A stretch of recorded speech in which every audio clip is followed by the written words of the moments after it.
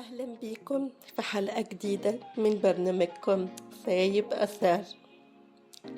أوقات مش الغريب اللي بيوجعنا، الوجع الحقيقي بيجي من أقرب الناس. لما تحس إنك مهما كبرت أو تعبت أو وصلت الإنجازات تفضل في نظرهم مش كفاية. حكايتنا النهاردة البنت عندها 27 سنة، خريجة طب بشري بتقدير امتياز، وكمان حافظة لكتاب الله. لكن رغم كل ده كانت دايما حاسة انها اخر واحد بيتسمع. هي الكبيرة في اخواتها، لكن مامتهم مش بتاخد رأيها في اي حاجة، ولا حتى اهم قرار في حياتها اللي هو جوازها.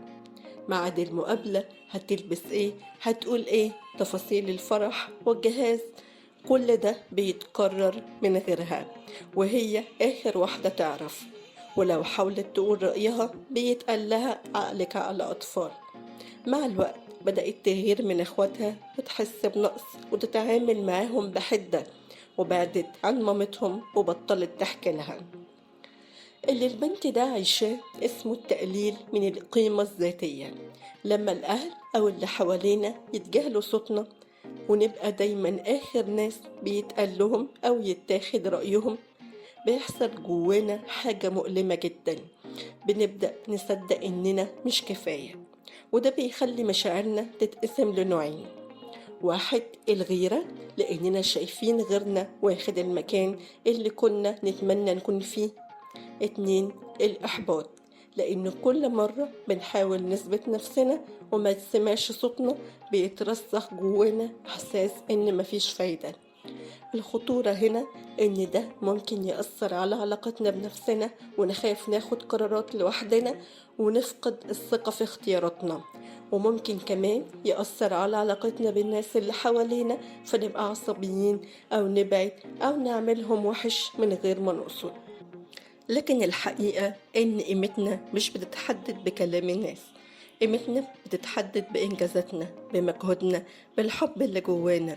صوتك ليه قيمة حتى لو محدش سمعه، وانت كفاية حتى لو أهلك مش بيأكدوا ده.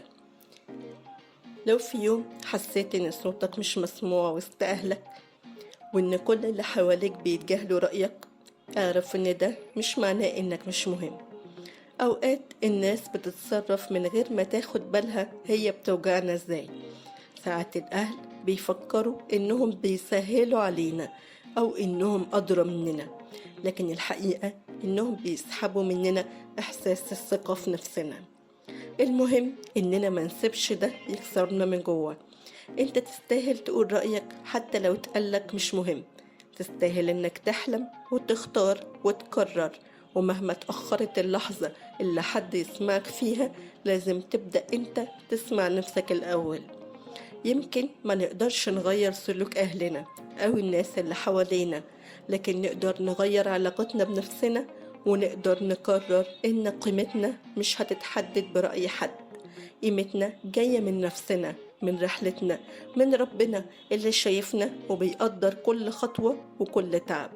فحتى لو أهلك مش شايفينك زي ما بتتمنى، صدقني انت كفاية وزيادة. سؤال حلقتنا النهاردة: ايه اكتر موقف خلاكم تحسوا انكم مش متقدرين في بيتكم، وعملتوا ايه؟ شاركوني في التعليقات او ابعتولي رسائل، علشان لما بنحكي بنعرف اننا مش لوحدنا. كنت معاكم أنا بسمة في سايب أثر، البرنامج اللي بيحاول يدي صوت لمشاعرنا اللي ساعات بنخبيها. استنوني كل يوم سبت واثنين واربع الساعة 6 مساء على اليوتيوب، وخليكوا فاكرين سايب أثر قريب لقلبك. أشوفكم الحلقة الجاية.